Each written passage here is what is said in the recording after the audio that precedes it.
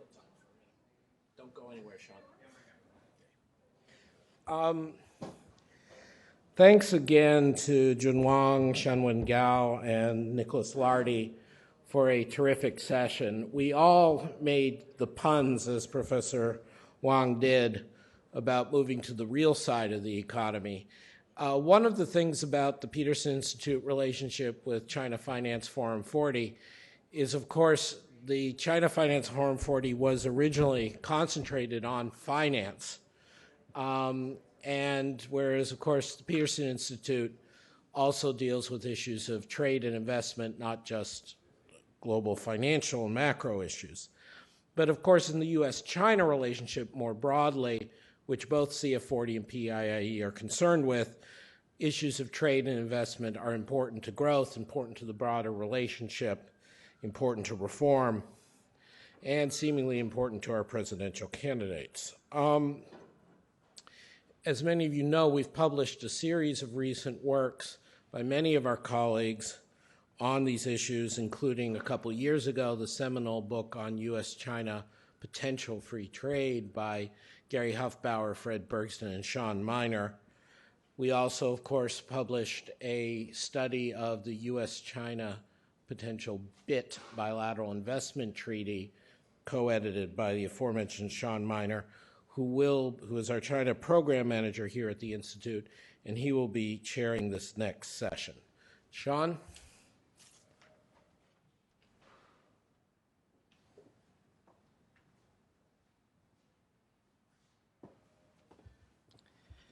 Thank you, Adam. I'm Sean Miner. I'm the China program manager here at the Peterson Institute. So first I want to just thank the previous panel and the participants, Dr. Lardy and Gao Shanwen for a great session, and also Wang Jun for moderating. Very fascinating stuff there. Before we begin, I wanted to kind of set the stage for trade and investment for China and the global economy. China has been increasing global foreign investment dramatically in the past several years.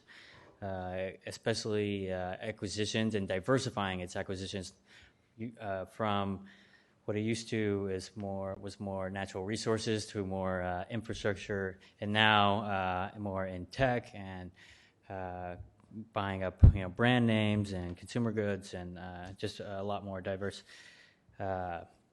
China's outward direct investment is now greater than its inward direct investment. So this is a shift that's not likely to reverse. I think we'll see that gap increase over the next few years and beyond.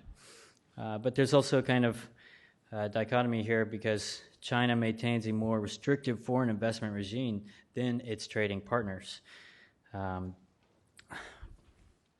Second, China's current account is perennially a matter for discussion in international economics. Currently, the current account is at 2.7%, or it was in 2015. And the trade surplus has swollen since 2013, slightly, partly due to falling import prices. If you look at it a little further, you see that the goods surplus alone is 6% of GDP, which is quite extraordinary, and a large part of that is it's the U.S.-China trade, because the U.S. buys so many more goods from China than it exports. Third, the environment right now with Chinese trade is facing a lot more growing trade disputes. We have coming up this year the issue of market economy status, which will likely go into the 2017 year. We have seen increasing trade remedies and the use of the WTO dispute settlement system, and more talk of China's industrial policy, especially looking at steel and aluminum, that has affected the global prices for these products and caused a lot of international concern. So next, I want to introduce our incredible panel of distinguished guests.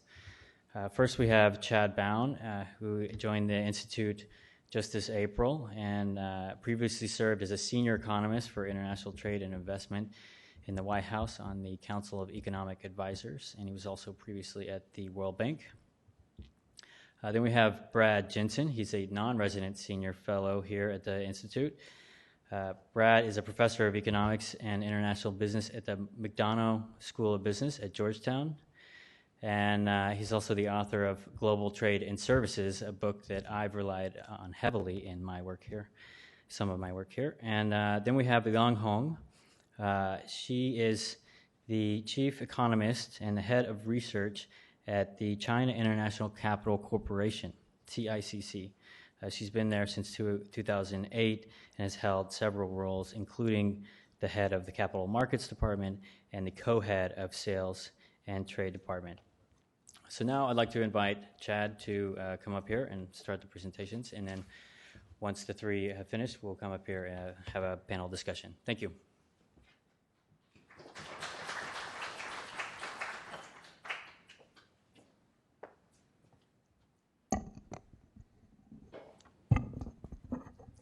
Thanks, Sean. I think I have some slides. Perfect. They're going to show up here. Thanks for the opportunity to be here. The title of my talk is The China Shock and the Future of Contingent Protection. So what is contingent protection is the first question that you should ask. And this is policies like anti-dumping, first and foremost, but also, as I'll get into, countervailing duties, so anti-subsidy policies, and then safeguards. And I lump them all together into this terminology referred to as contingent protection because they're quite substitutable for one another, and sort of both within a country, across country, over time, they have quite tangled into relationships for some of the reasons that I'll get into. The purpose of my talk is really to deal with the question of non-market economy status, or market economy status, I guess, depending on where it is that you're talking about. And thinking about that not only in the United States, but also a decision in Europe this year, India, Argentina, Brazil, a host of countries are confronted with this deadline of December 2016. The first point I want to make when we're thinking about this issue of the future of contingent protection is it's happening right now. And in many respects, it's already happened. It's not happening through a new negotiated agreement that we might see under the WTO, no Doha round agreement on anti-dumping or on countervailing measures or on subsidies. That's not the way that the change is taking place. How is it taking place? What's the process? Well, the basic process is the following. The United States, since 2005, 2006 or so, has started to experiment with how it uses contingent protection with respect to imports from China. Before that, it had used anti-dumping primarily to deal with product-specific surges in imports of dumped imports from China. But starting in 2005, it started to contemplate a major change to its laws and its procedures in considering its use of countervailing duties, or the anti-subsidy law. Why is this important? Because how the United States chooses to implement contingent protection really sets the stage for how countries around the world typically do this. So as soon as the United States changed its own procedures and started using countervailing duties against China, a number of other countries implemented countervailing duty laws of their own. And so it's really been a first step in that direction. Now, why is this important? When the United States has changed its laws, and not only is this an issue with respect to China, but in some other areas as well, the way that the reform typically happens is a trading partner challenges those laws, or the way that the United States has done so, through a formal dispute in Geneva at the WTO. The U.S. defends itself. It may lose some aspects of the dispute. It wins some aspects of the dispute. That which it loses on, it comes back to the United States and makes reforms to its existing procedures and laws. Fine. Those are subsequently, again, re-challenged down the line through formal disputes in Geneva. And when they're upheld through these legal decisions, they tend to get enshrined in terms of the process of what the United States is actually doing. And so that is what we're seeing happening, or that's what I'm going to argue. That's what I'm going to argue is what we've seen happen over the last 8 or 9 years, especially in what has been a move in the United States getting ready for today, essentially December of 2016. And so what is December of 2016? Again, this is the 15-year anniversary of China's entry into the WTO, where there was widespread expectation that China's non-market economy status would be lifted. We'll see if it is politically or not when the date arises. That's not what I'm going to get into here. But what has happened in the intervening 15 years is, as we've already seen in the last session, China's economy has transformed substantially. There's been a major reduction in the size of the state or the role of the state in a number of major areas of the economy. And yet it hasn't transformed into a form of market economy that the United States, Europe, most of the existing members and key actors in the WTO system would necessarily recognize or necessarily be comfortable with and quite understand. So it hasn't gotten all the way to a form of market economy that the rest of these existing members were comfortable with.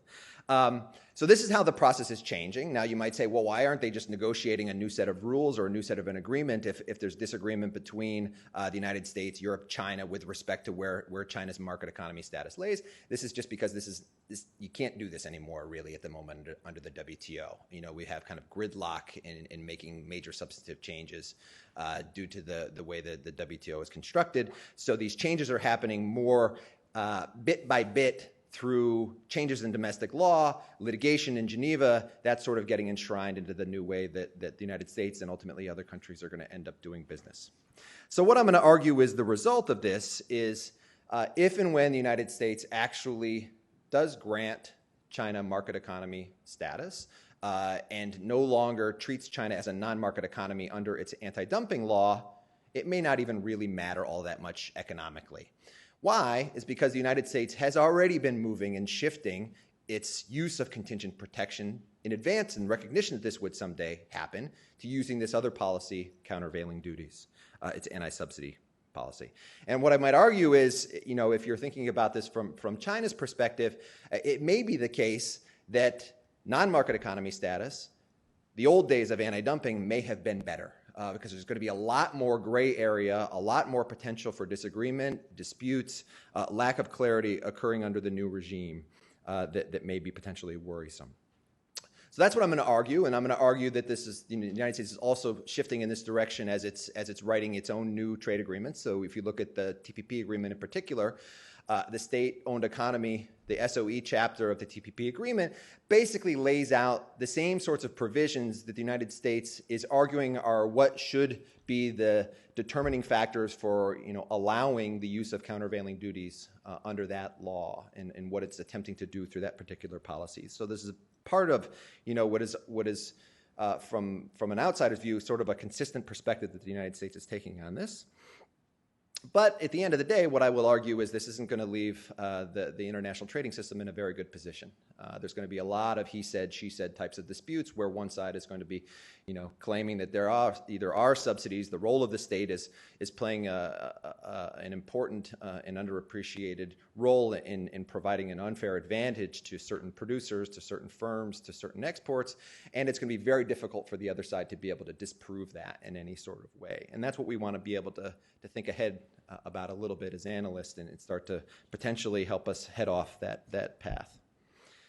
Because I think there are some really big picture questions that arise once we realize that this is the path that we're heading down, which is, you know, does this threaten to undermine potential long-run cooperation between the major economies in the multilateral system?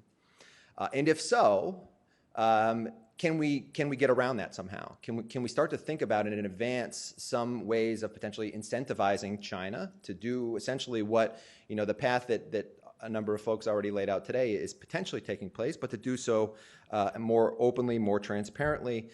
And is there a role for other international groups, international organizations in particular, that put together data and act dispassionately? And what new measures and what new metrics might we need to have out there to be able to help us get around and address these potential problems? Okay, there's a paper. You can't see this, but let me walk through some of the arguments here. First, let me try to convince you that contingent protection both matters to China and doesn't matter. I mean, it certainly matters politically, this issue of non-market economy status, and you know, I won't deny that it doesn't. But economically, it also matters as well. TTBs, so what are being measured in this particular chart, are the collection of all these contingent trade policy instruments: anti-dumping, countervailing duties, safeguards. So temporary trade barriers is what I used to call them when I was collecting this data at the World Bank.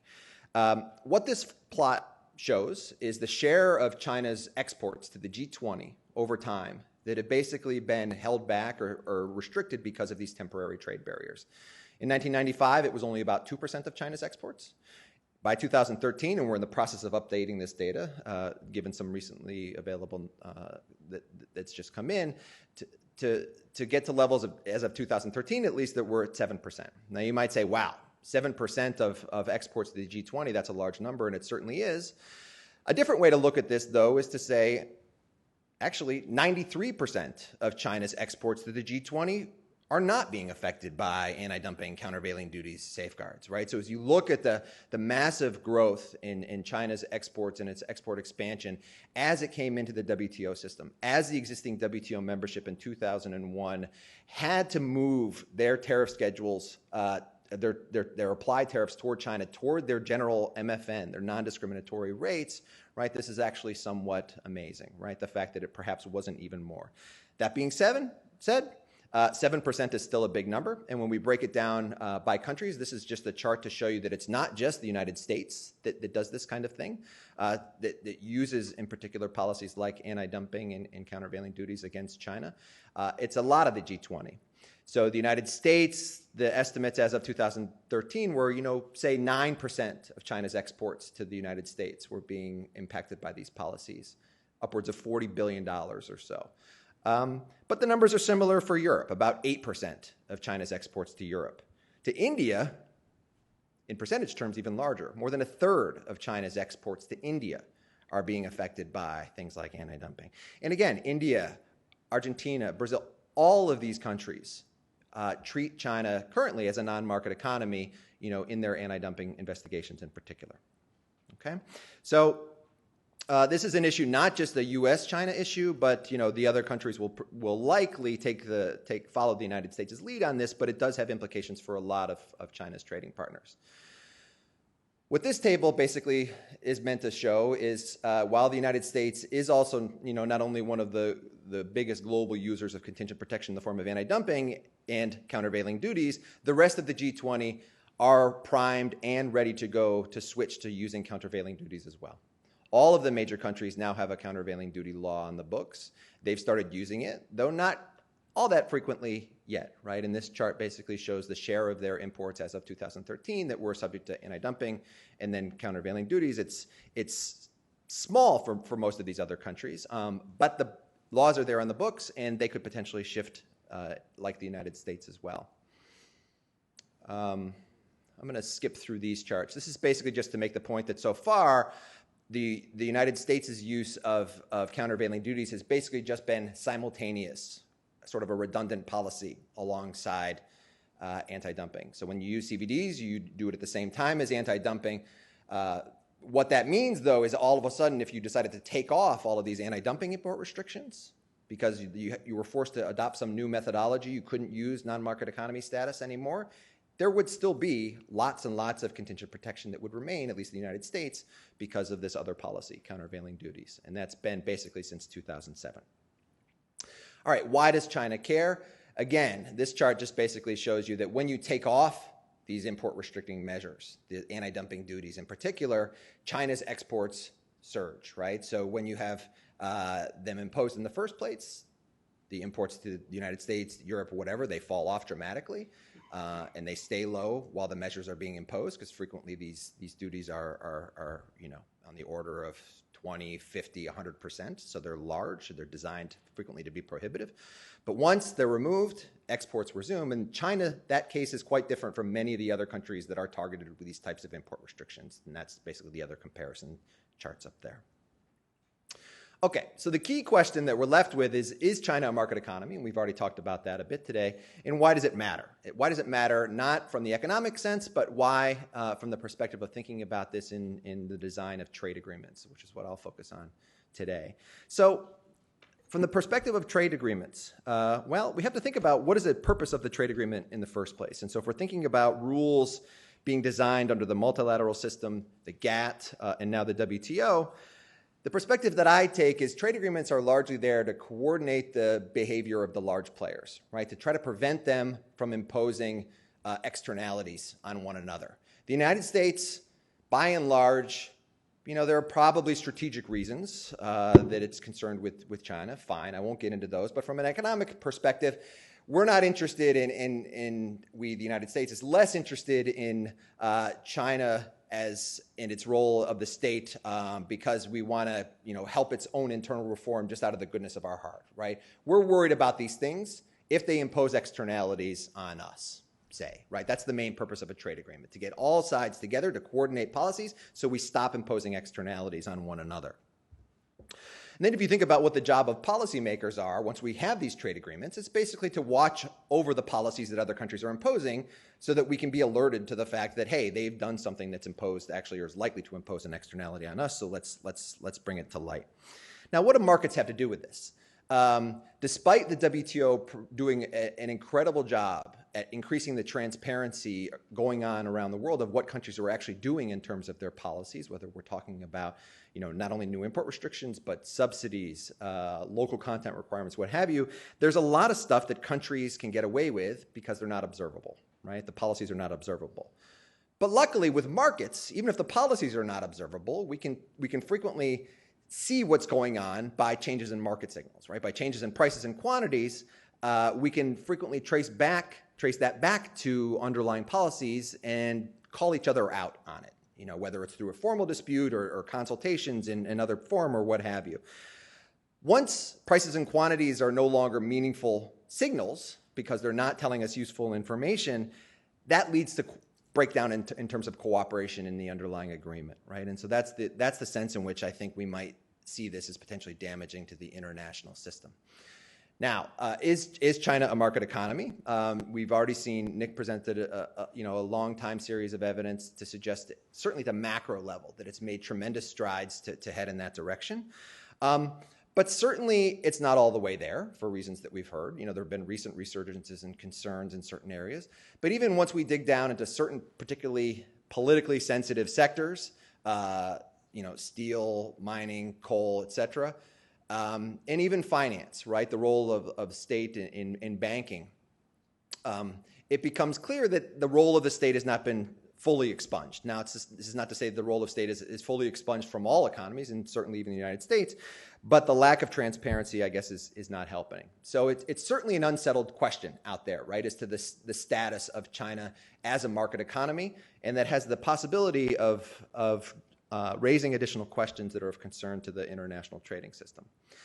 Now? Why do we care about this right now? I won't go into this because it really doesn't need a whole lot of additional reflection, but there's a tremendous amount of new research that's been brought to light over the last 2 or 3 or 4 years in the United States especially, that the China shock, right, the role of the massive surge in imports from China has actually led to a previously underappreciated amount of dislocation across the United States economy, both in manufacturing and employment, leading to other long-term effects, et cetera. So this is certainly on the radar at this particular moment in time, and it's being documented by the economic profession, they're the top economists out there, right? So it's not something that we can just sort of wave our hands at anymore and say that it's not economically meaningful.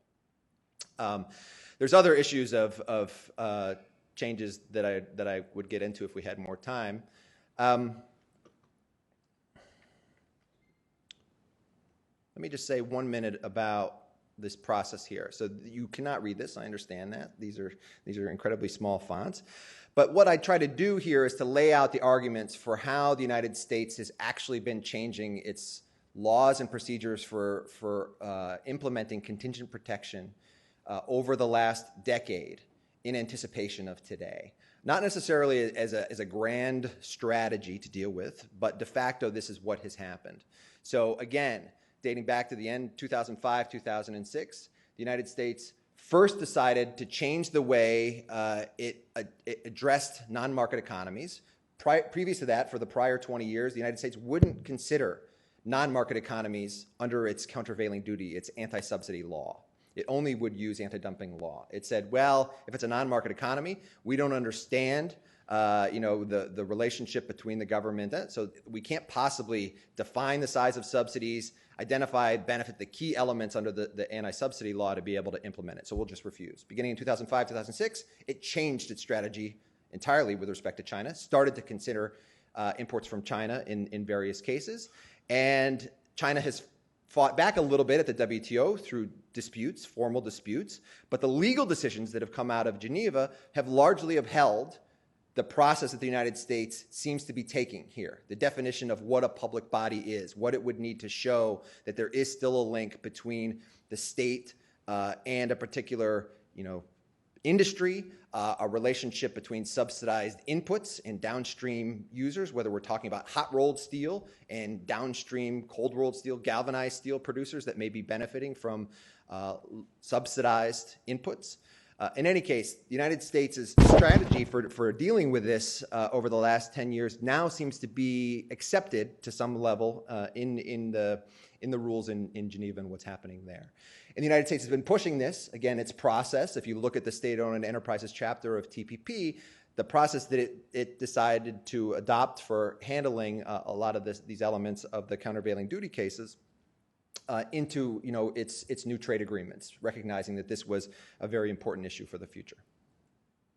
So what's the path forward? And I'll conclude on this. Again, I can imagine a scenario in which at some point politically, the United States, Europe, the major players, perhaps not December of this year, but maybe after a dispute in Geneva or something, agree to grant China market economy status, but that only affects how they treat China in anti-dumping investigations. And what I would argue is that's going to have a much smaller economic impact than we might think, because we have this separate, we, the United States, Europe, everybody is primed to have this separate policy instrument called countervailing duties that's ready and now able to replace it, to basically do the job that anti-dumping had been doing over the first 15 years that China was in. And the difficulty is, I don't think that the parameters and the legal provisions for what makes a subsidy for China are explicitly clear. I don't think China has necessarily agreed to these or would sign up to them. And so I see future disputes along these lines. And there still needs to be a lot of thinking about what the data collection community could do, what perhaps the negotiators could do to establish benchmarks that might allow China to convince the outside world that, well, no, there are still some of these relationships between corporate entities and the party or the state that are different from what happens in the United States or Europe or elsewhere, but they're not affecting markets in a non-market economy way. They're not acting as implicit subsidies. There still needs to be work done there to help clarify those issues.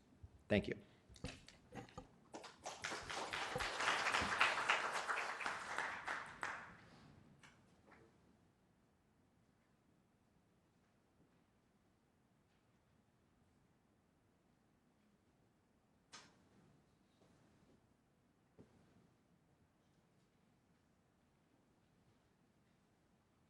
Good afternoon. I'm Brad Jensen. I'm going to talk about some joint work with my colleague here at the Peterson Institute, Lee Brandstetter, and a PhD student of his, Britta Glennon.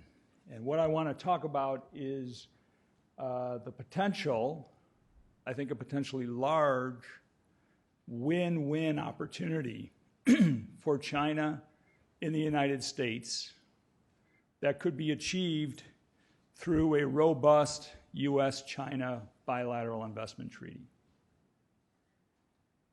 The basis of this is that China, I think by many observers' reckoning, has a relatively small and relatively unproductive service sector. This small and unproductive service sector, because services are important intermediate inputs to all industries. The lack of a robust service sector in China is holding back growth in China. Okay, the United States has a relatively large and globally competitive service sector. Many of these activities are tradable, and the United States would benefit by exporting more services to countries like China. So this is, I think, a potentially big win-win. I will end my talk by trying to quantify how big this impact could be for China. It will be an imprecise estimate, but I think that the magnitude is such that it warrants paying attention. So I want to build the case for how this win-win might work. So China, the service sector, and this is for the labor force in all of China, and we see that the service sector accounts for about 35% of the labor force in China. In contrast, in developed economies, the service sector typically accounts for something like 75 to 80% of the economy. Okay, so the overall in China, the service sector is relatively small. If we look at urban China, which is still a very large economy in the global system, urban China looks different than all of China. Rural China is still relatively undeveloped. But within urban China, services are still relatively small. And if we look at subcomponents of services, and I want to focus on business services, and business services are the types of things like finance, information, so telecommunications, internet, professional services, so accountancy, legal, architecture, engineering. Those are all things, again, important intermediate inputs to many sectors in the economy. In China, the business service sector in urban China is about 10% of the economy. Okay, so in contrast, the manufacturing sector in urban China is about 30%. So in a second, I'll show the pie chart for the United States, and it looks quite different. Okay, maybe that's not a fair comparison because of the level of development differences between the two economies, but in research that others have done, they compare China to other developing economies for the stage of development, and we see that services share of GDP is low in China relative to other developing economies at the same level of development. Okay, I could put up here the chart for the labor force, and it would also be the service sector is small in terms of labor share. Again, controlling for level of development. Okay, so it's small. In addition, it is relatively unproductive. A number of studies have tried to compare service sector productivity in China with other countries. And again, this is messy business. The data are less than desirable to do this kind of productivity comparisons. But by most reckoning, China's service sector has relatively low productivity. Okay, so it's small and it has low productivity. In contrast, here's the share breaking down the labor force in the United States. The United States, if we look at business services, it's about 25% of the labor force in the U.S. economy. So this is a relatively large business service sector. And I could go back to the productivity numbers. The OECD, you see, has relatively high service sector productivity. I haven't run the numbers, but I am confident, and this is an assertion or a conjecture, that the United States is at the upper end of service sector productivity for OECD economies. Okay, so the United States has a large and globally competitive service sector, particularly for high-end business services. Again, things like information, finance, professional, scientific, and technical services. The source of this, and I'll assert that the United States has comparative advantage in these activities. The source of this comparative advantage is that these activities are skill intensive. They are much more likely to use college-educated workers than other sectors of the economy. Okay? These tradable business services are skill intensive, and the United States has historically been skill abundant. So this chart shows for workers 60 to 65, the size of the bubble is the size of the labor force in the economy, and it shows average educational attainment. What you can see is that the United States has historically been an outlier even compared to other developed economies in terms of educational attainment. Okay? This is why the United States has comparative advantage in these high-skill business services. The United States is skill abundant. Okay? That's history. Okay, and we can see on the left-hand side that China has historically had low educational attainment. Okay, the world changes. Right, if we look at educational attainment for 25 to 30-year-olds, we see that much of the world has gotten the message that higher levels of educational attainment are associated with higher standards of living. So the rest of the world has made tremendous progress in educational attainment. And we can see that average educational attainment in China for 25 to 29-year-olds is approaching that of 25 to 29-year-olds in the United States. Okay? This will eventually solve that productivity problem in high-end business services. The question is, will it take 20 years or 30 years or 40 years for this to percolate through to create a globally competitive service sector? And how much will it be a drag on Chinese growth in the meantime? So what I want to assert is that there's a different way. I understand that people often say that the Chinese are patient. And so patience would solve this problem. The question is that the only solution to this problem? I'll assert that no. When a country doesn't have the resources it needs, it can import them. Many of these business service activities, where the United States has comparative advantage, where China needs high-quality inputs, can be traded. The mechanisms for trading services, it's not like goods. We've talked about tariffs and countervailing duties and anti-dumping protection. For services, it's not so much cross-border. Cross-border is one way that services are traded, but there are other ways for services to be traded. Mode 2 is consumption abroad, so if Chinese consumers travel to Disney World, that would be another way to import service from the United States. Mode 3 is commercial presence. Okay? If McDonald's wants to serve Chinese consumers, it needs to open a restaurant in China. Mode 4 is temporary movement of natural persons, so you could think of this as experts, financial services experts, management consultants, marketing experts, architects and engineers who travel to customers. We have historically talked about these four modes as being quite distinct.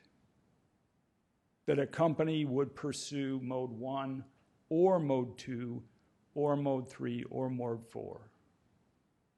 Okay, as I have studied this over the past several years, I am increasingly persuaded that these four modes are not independent. That all of the modes need to work together to support a robust service delivery. So I'm a professor at Georgetown, and we like to think of ourselves as a globally competitive service provider. We need all four of these modes to be globally competitive.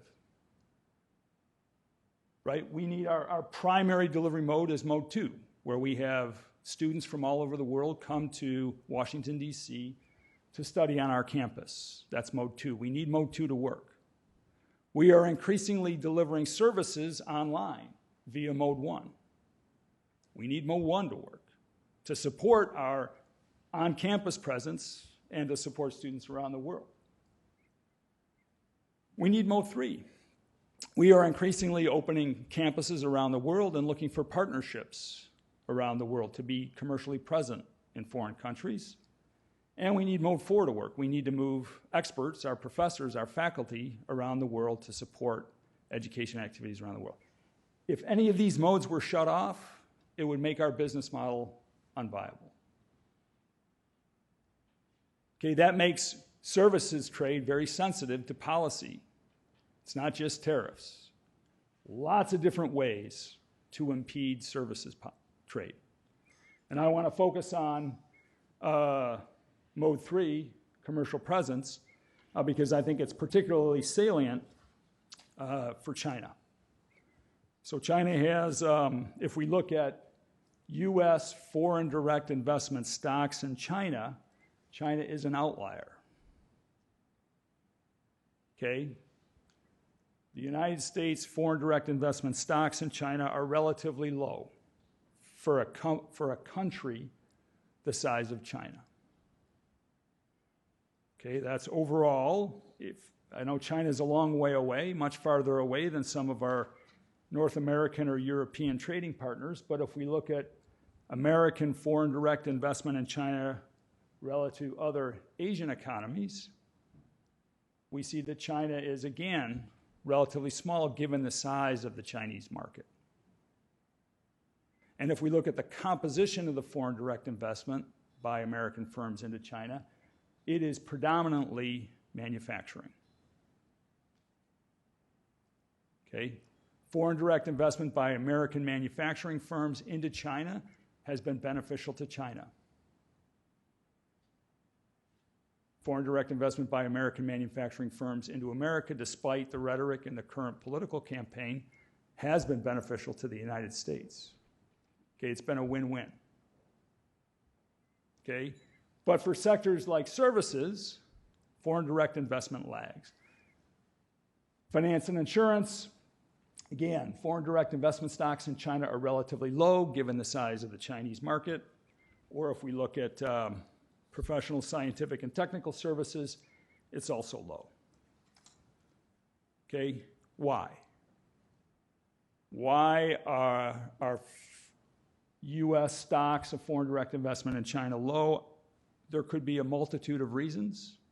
Business practices, culture, language. I think a first-order explanation is policy. Okay, measuring that diverse spectrum of trade barriers and services is difficult. But the OECD has spent a lot of time and energy trying to quantify barriers to services trade. And here is data for China. And what you see is that the bars are for sectors.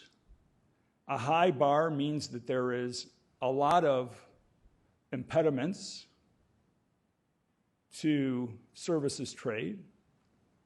Okay, the bright red portion is that which is due to foreign direct investment barriers.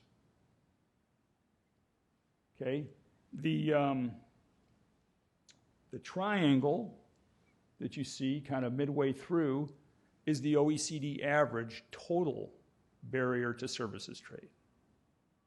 So what you see is that China's barriers to services trade are much higher than the OECD average. And the barriers are, for many industries, and maybe most industries, predominantly barriers to foreign direct investment.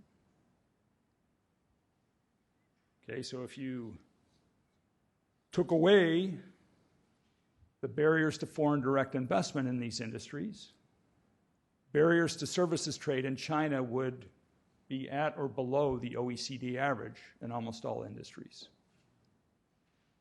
Okay, so this is the basis for where a robust U.S.-China bilateral investment treaty could be an important means of increasing services trade between the United States and China.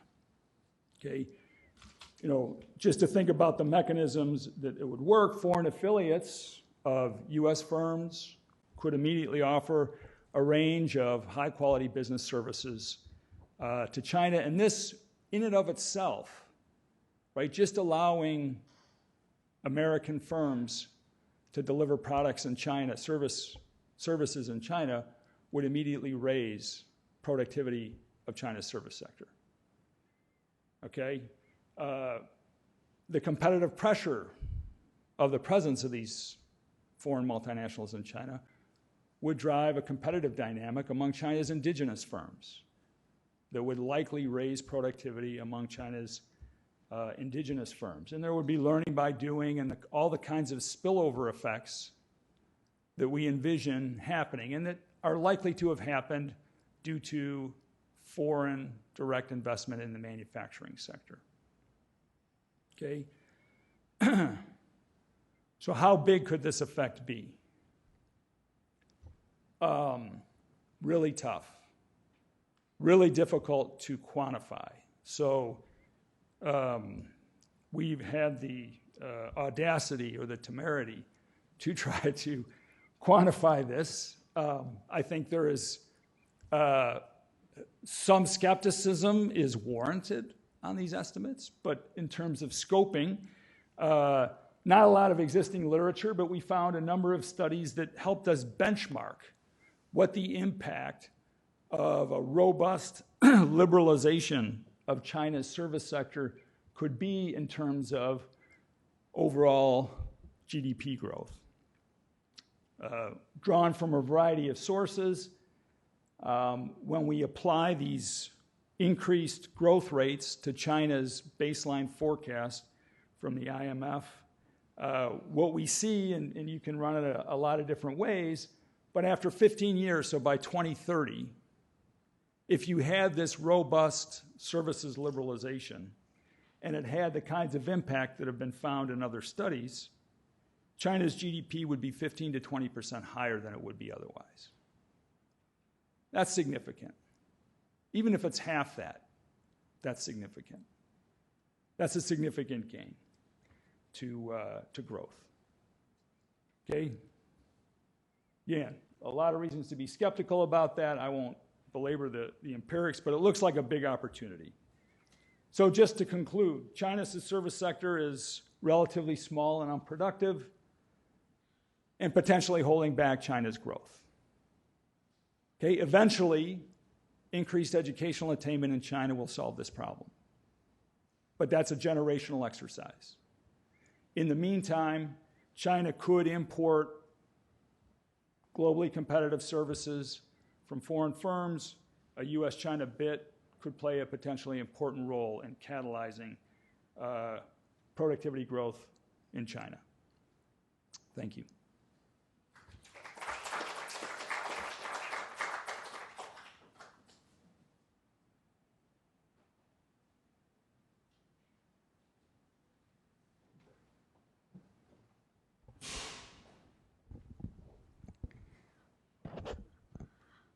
When the topic was given to me, China's role in trade and investment, I actually thought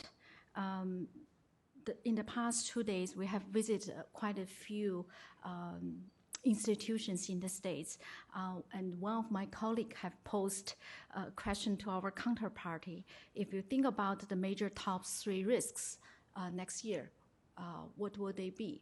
And all of our counterparty has put China as either number 1 or number 2 risks factors in the next year or 2. And actually, we asked deeper why. And I think the answer I thought was most interesting was both because China has become such a systematic, important economy in the global economy, but also the understanding of what's going on remains very messy, and some cases, very divergent views on China exist. So I'm not going to talk about detailed information about trade or investment, but I try to put some pictures on if I look at where China is in global trade and global investment.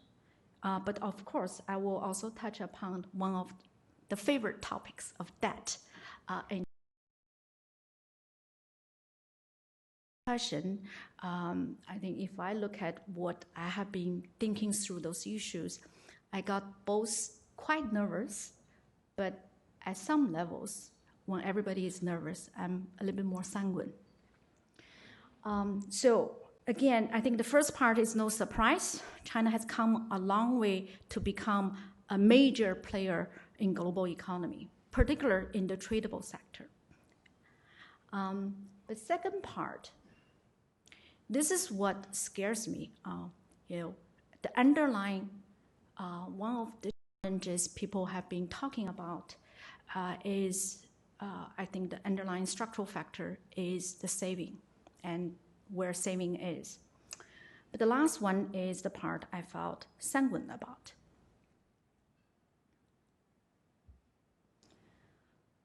This is what China is. If you think about imbalances and the economy, one of the charts is missing here is 37 years, close to 10% per annum real growth. That only so far give China, aggregate GDP is $10 trillion, the second largest economy. However, on per capita terms, $8,000 per capita. Globally ranks 85th. So if we talk about potential for growth, it is still there. However, should we think about it as an emerging economy? Should we think about it as G2? Or this is something we have never seen before? So on the right-hand side, this is in current dollar terms where China is relative to the other G3, and that's by PPP terms. And this is trade. And that's posed an interesting question on the currency issue too. If you look at China's export as a percent of global exports, the level has surpassed, I think, even US at the peak of its global share. But its imports is still relatively low. So if I think about the currency, if it depreciates, it definitely will have impact here.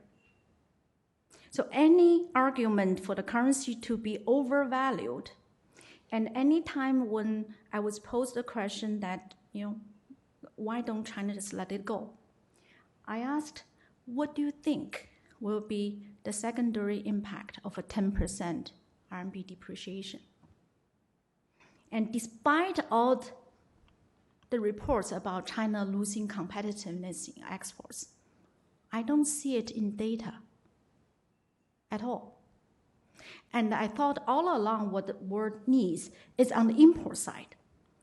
If China imports more, if at some point in time, let's say next 3 to 5 years, China becomes the largest importer, it should become a better friend for the rest of the world.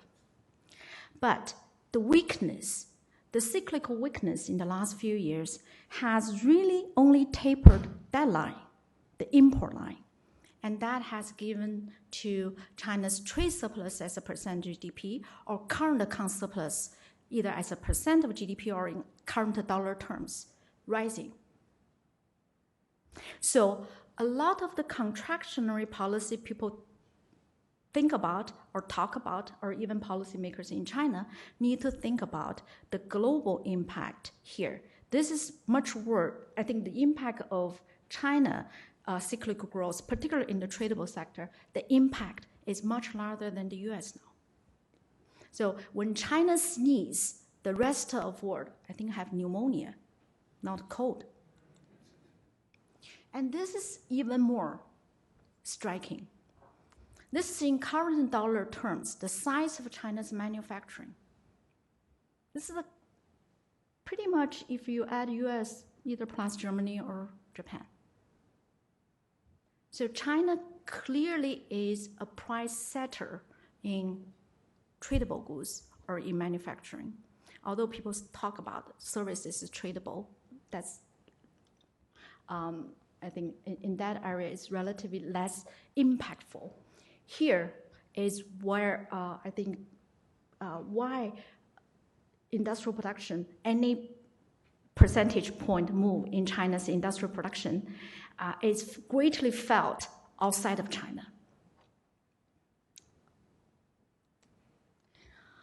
Okay, China has built up its domestic capital markets. It is now having the second largest equity market, also the third largest bond market. Probably it's going to be the second largest bond market very soon, but it's mostly closed to the rest of the world.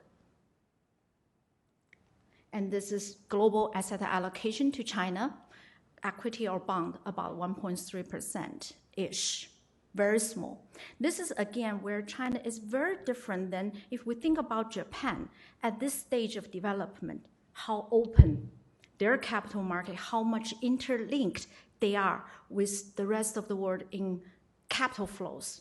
This one, portfolio investment-wise, China is very, very close to the rest of the world. And the rest of, so again, you have a situation, the Chinese needs to diversify outside of China, but also clearly I see the benefits for global savings to diversify in this asset class. That has not happened. That's mostly due to policy in China. And they are gradually opening that up. But you can see this, if we think about share of GDP as probably a proxy for where, at some point, where the share should be. We're in very early days. And this is another one interesting. We have talked about or heard a lot about China's investment overseas have jumped. But this is so far the data I can get. This is overseas as a percent of GDP. Actually, that line for China has stagnated in the last few years. So China lost official reserves that become private investment outside China, but roughly that stays at about 50 to 60% of GDP. If you look at where Japan is, that's where I think it's interesting because the next couple charts are scary in my mind. So I put the conclusion here. So each year, the amount of saving, net saving, China generates is multiple times of the US and more than those combined by the G3. This is World Bank statistics. But either way, it seems either you measure as gross saving or you minus depreciation, some of the other stuff out. And as we all know, China has not integrated with the global capital market or investment flow yet. And most of that, one of the conclusions I had on the summary page is, so this investment before 2014, 2013 was mostly invested onshore in China. And that has driven down investment returns in China quickly. It has been going out before 2012, mostly in the forms of US Treasury. So it has been depressing only one particular asset's returns. Now we see them in real estate in New York, Vancouver, London, Hong Kong, Singapore. And you saw a lot of them, those government has putting on restrictions or special taxes for foreign purchases. The only place that is still open is pretty much the US. But you saw some of that. If the Chinese major cities, 15 of them now, putting down restrictions on purchase for Chinese, but who are not resident of that particular city, this is a problem. And that saving, in my mind, are driven by two things. One is the one-child policy, the demographics. So people, rather than having kids as their social safety net, are saving as an alternative. But there's also a part of that what I call as forced saving. And I will show you what I meant. So this is, relative to the U.S. This is actually, when I did this chart, what surprised me was also how little Japan saves now. So net saving from Japan is close to zero. So as that population really age and the absolute size of the population declines, you do see they start to taper into their saving. But you could say that's maybe 30 years from now for China. But in the interim, as I said, you see no signs of this thing slowing at all.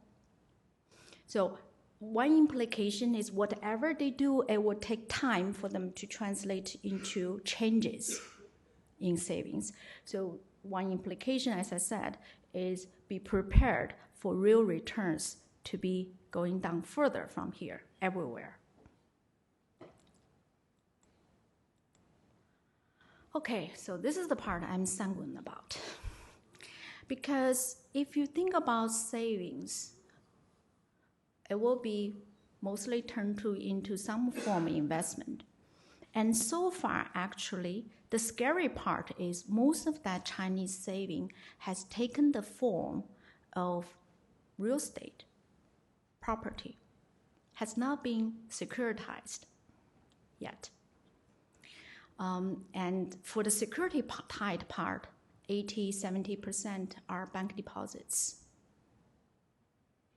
And if they are banking deposits, they will be reflected on the other side as debt.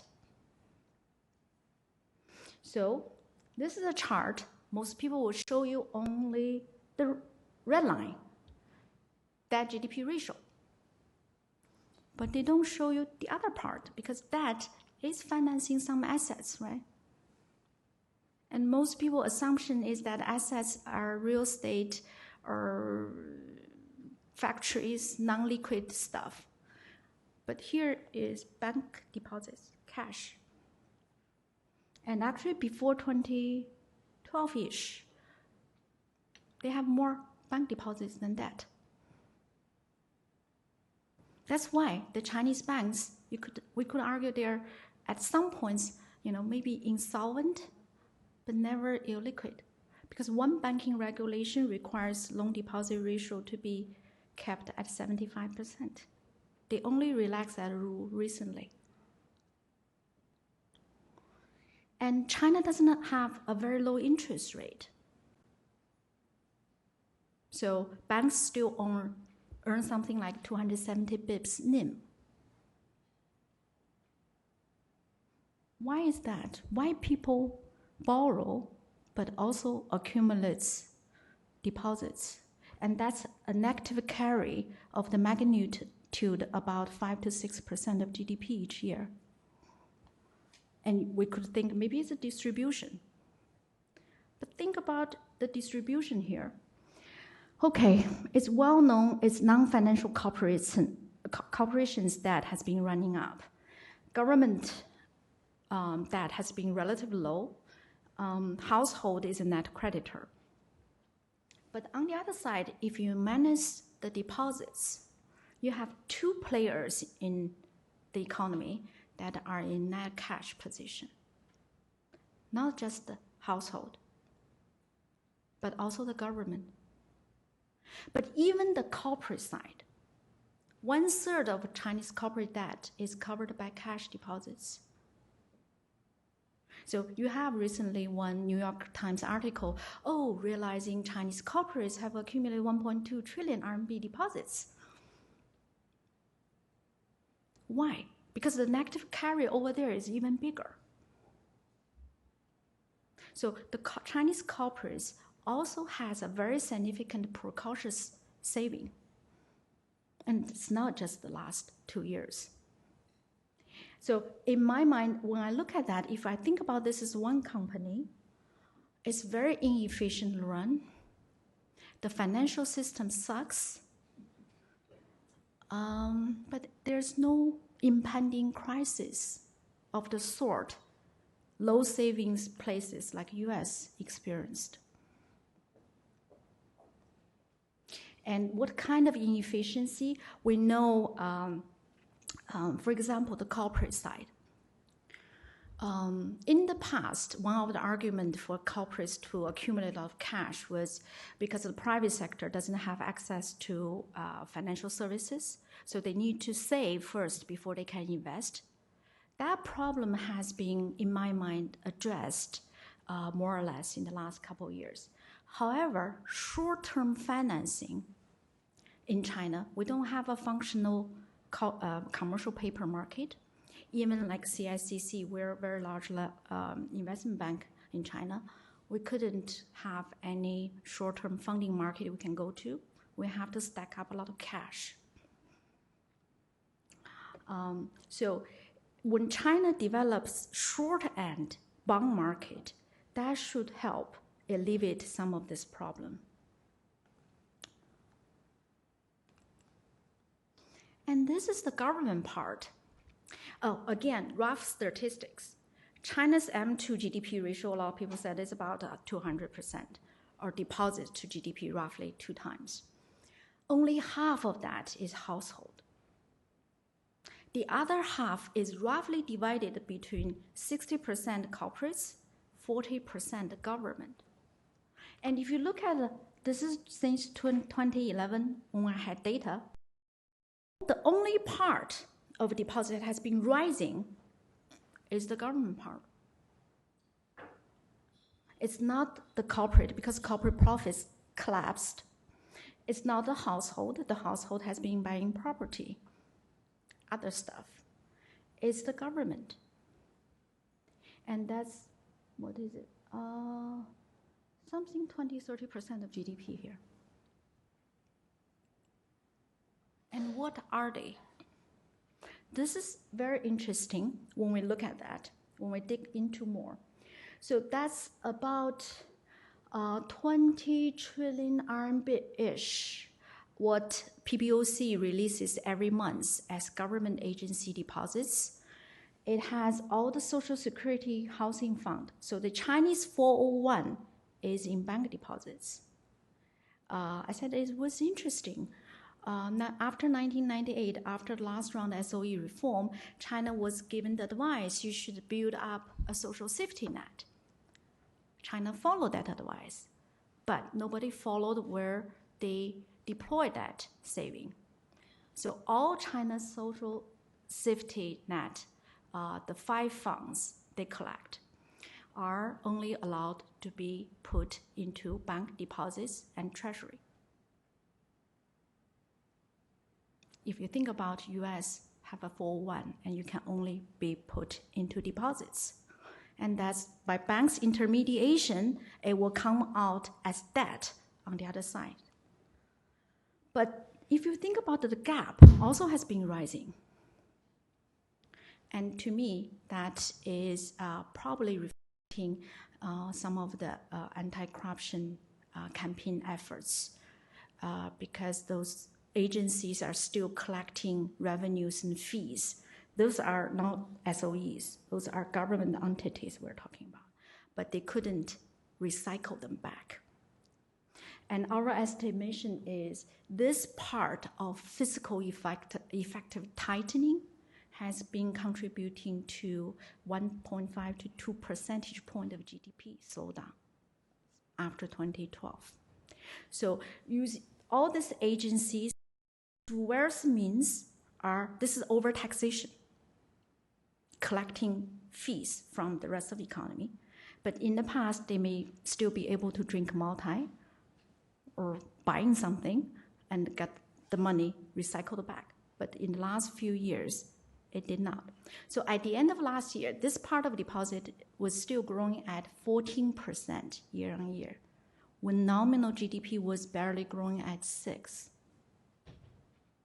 So if we think about either fiscal expansion or getting the government part of finance in better shape, here, in my mind, are the first order priority stuff, because we're talking about something easily 5-10% of GDP, trillions of RMB.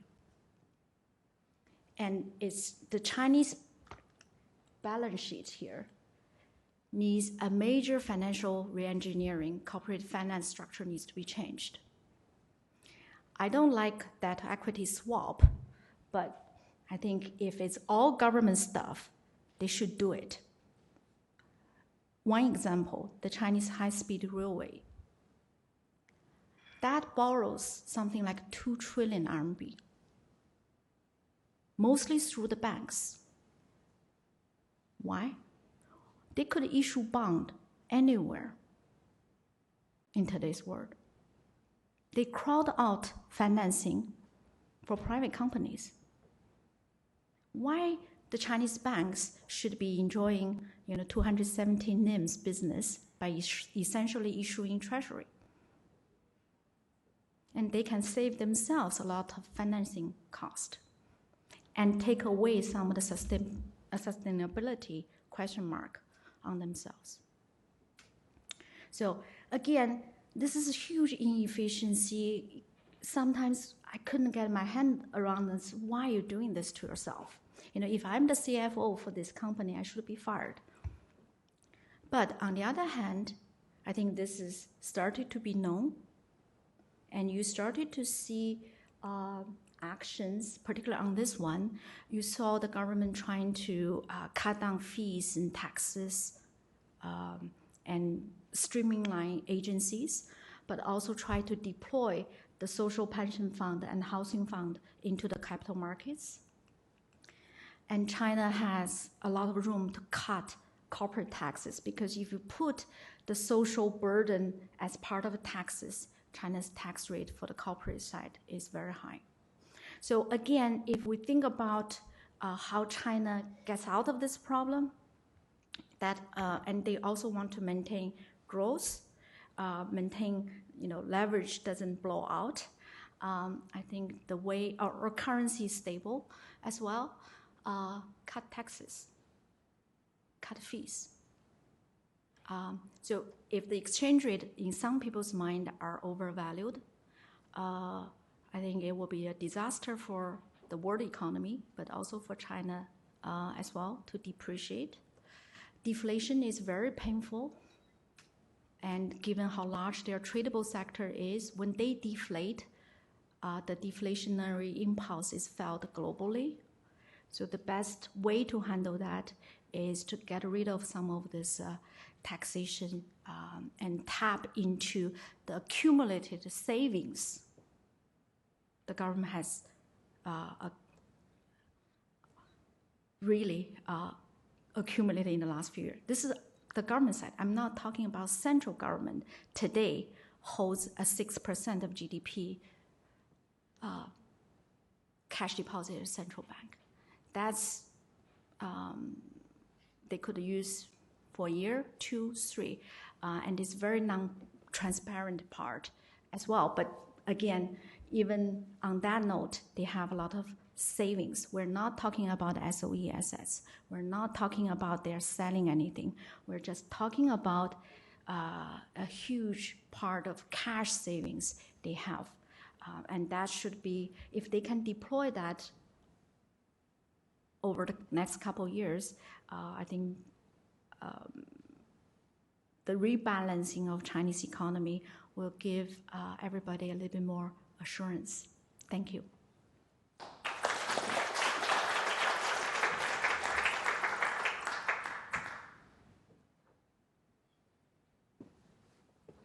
I'll invite the panelists up.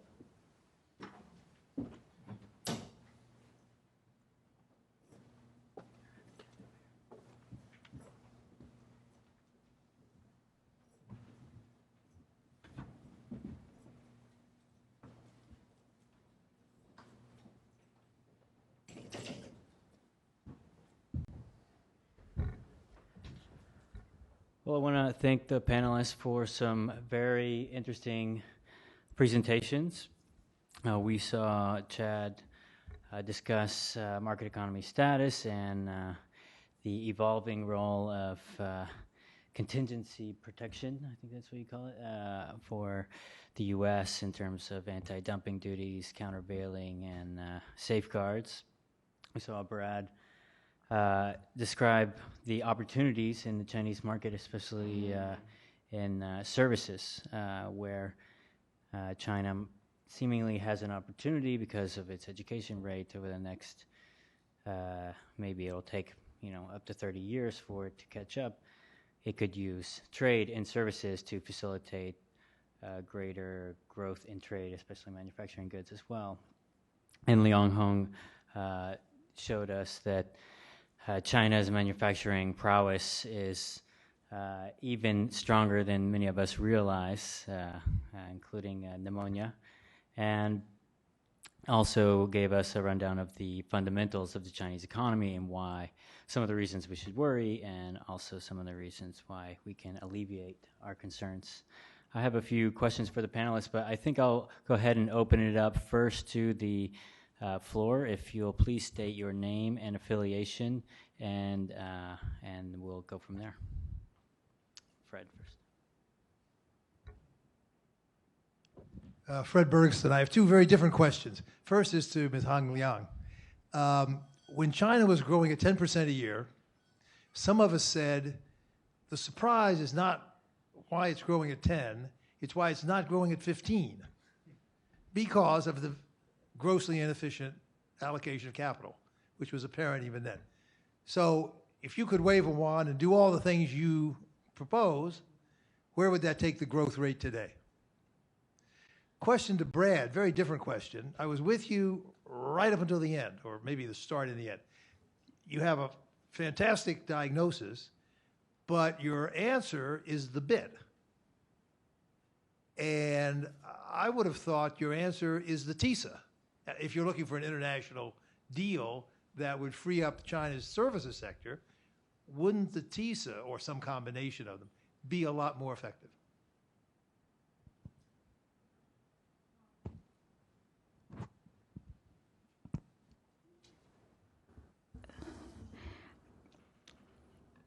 Yeah, I think if I look at the inefficiency in the economy, there's still low-hanging fruits for them. But if I just use a jargon like potential growth, where it is, it looks to me it is still hovering around 7% above. But that's in the context of global trade being very muted. And Europe, Japan are in the shape they are.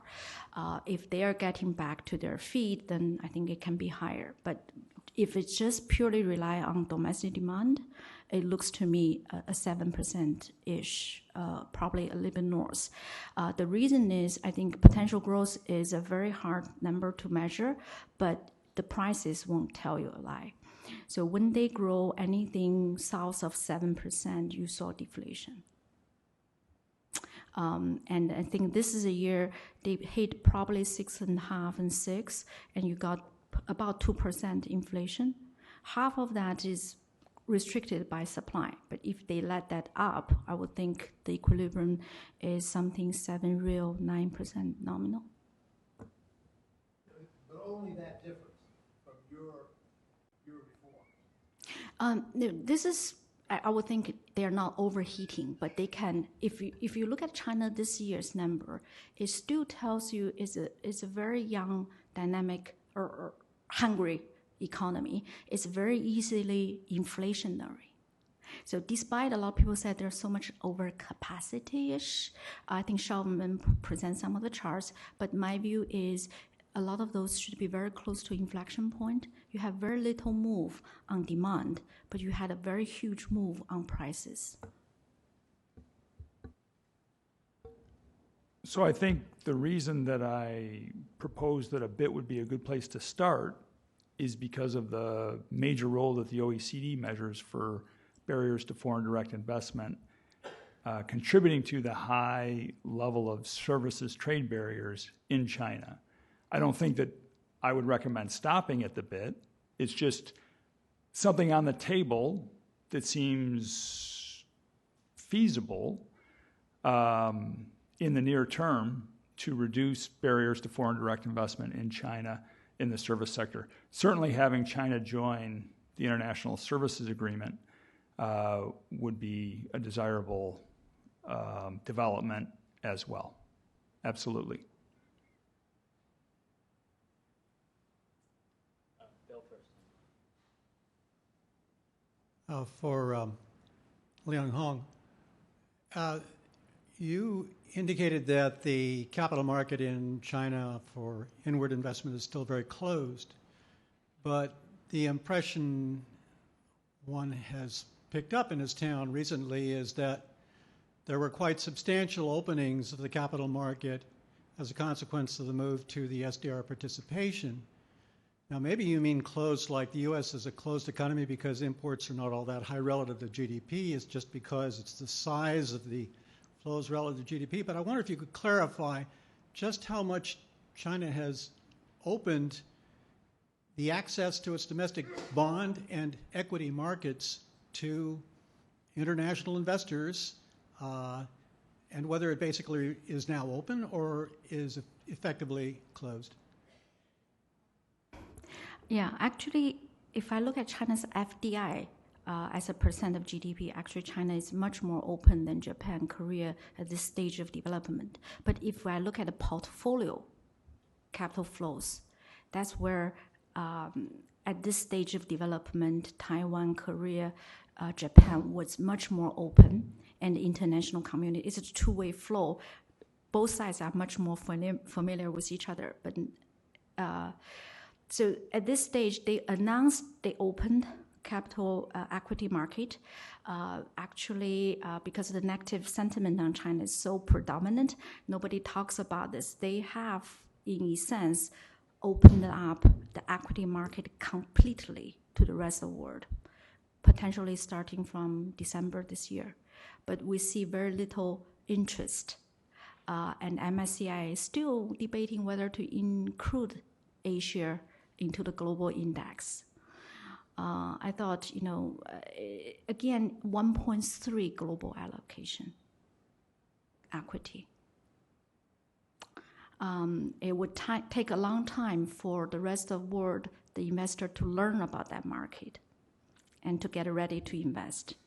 It's better start sooner than later, in my mind. For the bond market, we do see more interest, particularly in global, when so many negative rates around, and especially the Asian regional pensions insurance are less worried about the RMB currency because they think the bilateral of their currency vis-a-vis the RMB is relatively still a one-way bet. But on there, I think the bond market relative to the equity market is less developed.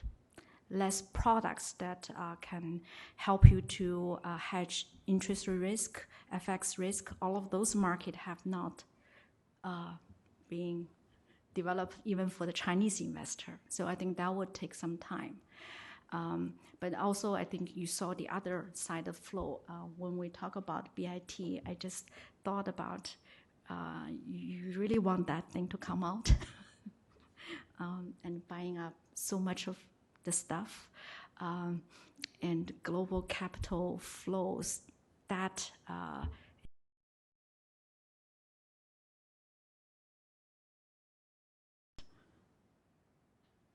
because I don't see Chinese investment being welcomed in many places. And I also think it's probably much important to help China to understand that savings trajectory is not going to do the Chinese or the world much good.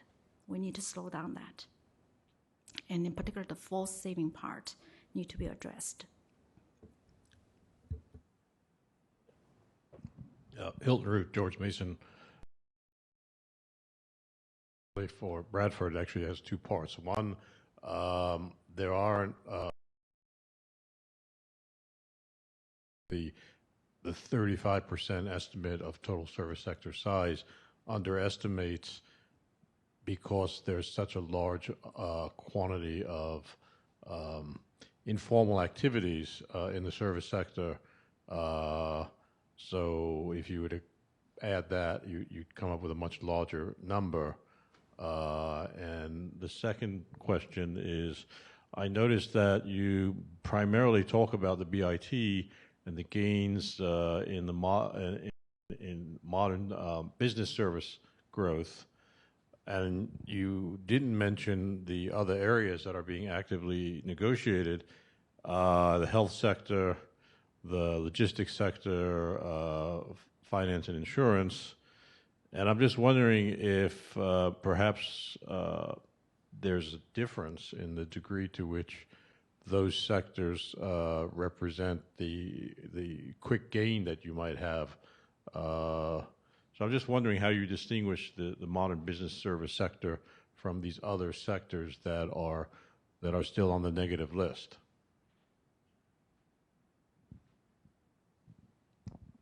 So in terms of the actual size of the service sector in China, I'll defer to others in the room as to how mismeasured it is. 54% now. Still looks small. I think qualitatively what I articulate is, I think, in the right ballpark.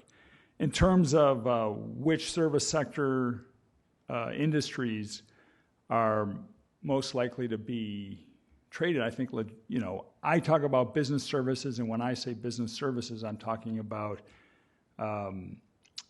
industries in the United States that are classified in the 50s in the North American Industrial Classification System. It's information, so think software, telecom, internet. It's finance and insurance, professional, scientific, and technical industry. So again, that's the professions. It's management of companies, so headquarters activities. And then it's back office stuff and waste remediation. Some of those more tradable than others. Logistics is not in business services. It's in a different category, but it is definitely an area where the United States has globally competitive service firms, an area where it would be probably beneficial to China to open up. Health is another area where the tradable stuff is skill intensive and would probably benefit China if U.S. providers were allowed in. We'll go back to the floor in a second. I wanted to ask Chad a question about his presentation. So, Chad, you mentioned that, if the U.S. grants market economy status to China in the WTO, it's going to be much harder to use anti-dumping duties, but they will be, let me see if I have this right, they'll be just substituted, or they can substitute countervailing duties in their place. So if the U.S. granted MES now, would they just cover steel and aluminum with CBDs, and it would have the same effect? There would be no inflow of steel or aluminum into the U.S. market? So that's exactly right. So, basically for the since 2007, 2008, most all of the anti-dumping investigations that the U.S. has done against China, or at least 75% of them or so, have been conducted simultaneously with a countervailing duty investigation. So it's the same products from the same country, the same firms. They're doing an assessment. Not only are they dumping the product in the U.S. market, but using the techniques that they're developing, are they receiving subsidies as best that they can define them?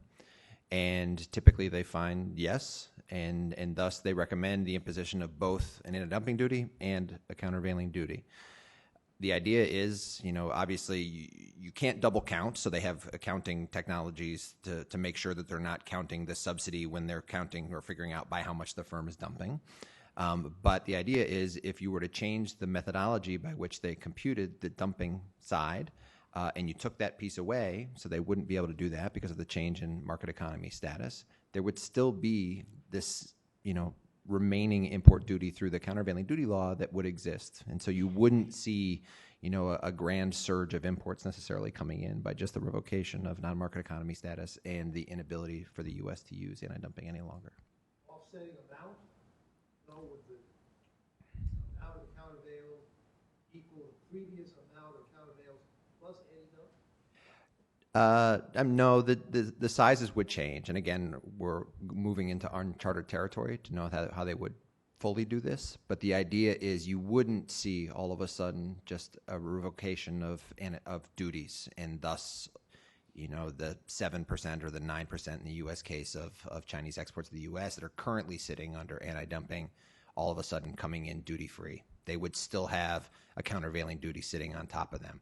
Now, it may only be 15%, whereas before it was 25% or 30% or 50%. So the size of the duty effectively may fall considerably.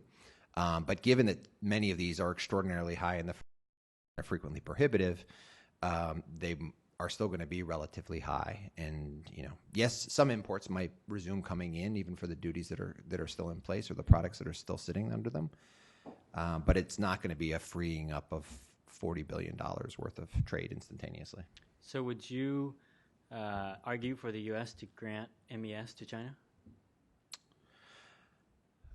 I don't know. It depends on which, how one is asking the question. I think the United States right now, politically, it would face a very different. Right now is not the greatest political moment between the U.S. and China, especially in the campaign. It's not a great, even putting that to the side, it's not a great time to be talking about these sorts of issues, given what's happening with China right now in steel, in aluminum, the industries that we talked about, overcapacity. So what I could say is anything that China can do to help rein in these problems, to improve transparency, to show that it's addressing these, this is all going to help when these discussions actually do get to the political phase of getting hammered out between leaders. Nick?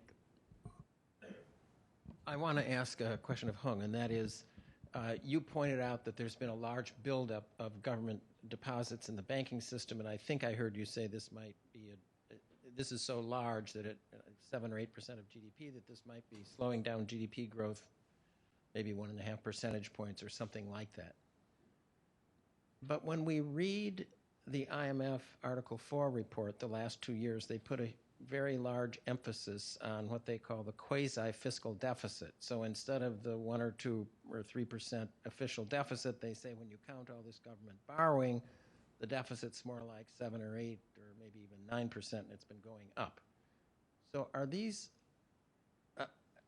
offsetting in a sense, or how do you take that into account? I think the whole budgetary process in China is so murky. I think the best way to think about it is whatever the official budget is, about half the budget they really spend. So the only way I can count is how much cash they have at the central bank and at the banking system. Those are two things. So about 5 to 6, still close to 6% of GDP cash deposits at the central bank belonging to Ministry of Finance. That's cumulative savings from previous budget where they said they spent. And this one I just showed you is 20 trillion RMB, about 30% of GDP. So that's outside of the budget. If we look at that, half of that is social safety net, which they shouldn't put it in the banking system, they should invest it. If it's a pension, it should be invested in long-term, bonds or equity. But the other half, the one that you saw a gap opening up, that Mr. Guantao or PBOC, only you guys know what is it. We have some guesstimation what is it, because we know what it is not. It's not SOE, and it's actually not even financial part of the government, because initially I thought it was the two exchange things like that, because they were growing faster than GDP. Then some people told me maybe it's the parking tickets. But it's, from a macro perspective, that's overtaxation. And it's probably like shale gas in the US. It's pockets here and there of all the different institutions, governments.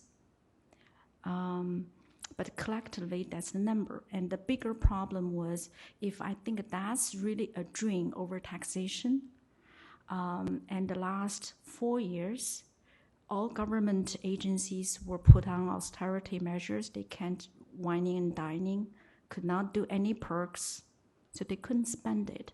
So from a pure macro perspective, that kind of revenue not get transferred back, did not get recycled. So that's the 1.5 to 2% of GDP if I add those two together. It could be bigger if I count, if I use a bigger multiplier.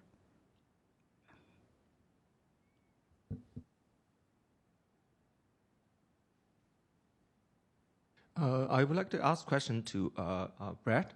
I think that I enjoy your presentation. And I was in Britain before the BRICS and after the BRICS, and the British politicians very much welcome basically improving relationship with China. And I think that they really express the attitude to welcome China's investment into Britain. And so I think that I guess that after the BRICS, probably I think the attitude will probably be even better. Yeah. So I think in this regard that the PIIE between the U.S. and China negotiation certainly is welcome. As Dr. Liang said, I think that probably from China's perspective, in particular from our clients, investors from China who want to invest in the U.S., probably some of them feel that they're less welcome to the U.S. than, say, to Britain. Okay. So I have two questions on this. Number one, in your view, to what extent that the current administration will conclude the PIIE, or how much progress can be made before the President Obama's term? That's number one. Number two, both the running candidates, presidential candidates, express some views about the trade, and so what would be your expectation about say even the current administration would reach some substantial agreement with the Chinese counterparty on PIIE? What would be the outcome of the whoever will become the president? What would be the in the next administration's attitude and the end game? So again, I think there are people in the room who probably know more about the U.S.-China BIT negotiations and its political prospects than I do. I don't know if any of those people would want to weigh in on this question. To me, as a very outside observer, these are dark times in the United States for trade and investment policy. The political discourse around trade and investment is very negative, particularly with regards to China. I don't see that the election will clear that. Both candidates are backing away. Trump, hard to know what he would do. Secretary Clinton is backing away from things that she has supported historically. So I think that it is hard to be optimistic about the prospects for any trade or investment liberalization, particularly with China. But again, there are other people in the room who know the ins and the outs of that better than I do.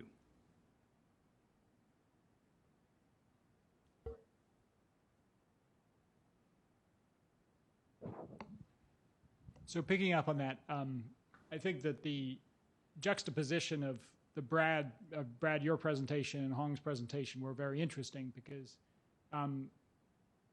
traditionally the view of the bilateral investment treaty has been that it's very asymmetric, that essentially it's asking China to do a lot of liberalization, but really the United States is already a very open economy. Hong's presentation, and Hong said directly, that a lot of countries are putting up barriers because they don't want to absorb this huge savings glut, and the United States is the one place that hasn't. Well, a bilateral investment treaty would tie America's hands and prevent us from doing that, and it may be that that's not the mood globally, and that in fact, until China deals with its incentives to force savings and so on, that we shouldn't be committing ourselves to not have investment protections, because as Hong jokingly said, well, this is destroying investor returns in every sector that it hits, starting with it drives up investment returns when the money's coming in, and then presumably you can't make any money after that. So I'd be interested to your reaction. I can theoretically think about if we're really in ideal world of free trade and capital flows, it could be better. If I thought about the world is aging, and a lot of places are short of infrastructure, including this place. If the two governments can work together and don't play it just, don't think just this is a political thing. I could think about, rather than Chinese money going to real estate or unproductive places, it could finance infrastructure here. However, that's not my call, but I think that's an area it could be win-win for both sides. But I do worry about, because the size of savings, I don't see there's a deep enough market anywhere in the world that can take that on. And then it's not just 1 year, it keeps accumulating. But I think for just in the short term, couple years, if that can finance infrastructure investment here, that's probably a good thing. But so far, even political rhetoric on that was not very great. High-speed railway, I heard China win a bit, then because they're Chinese, they are not allowed.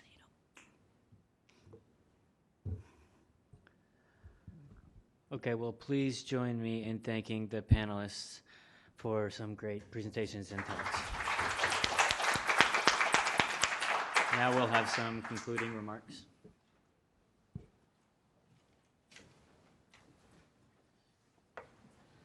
Thank you, Hong, Brad, Chad, Sean. It was a good way in which to end the substantive portion of today about things that really matter to financial businesses and things governments spend a lot of their time worrying about.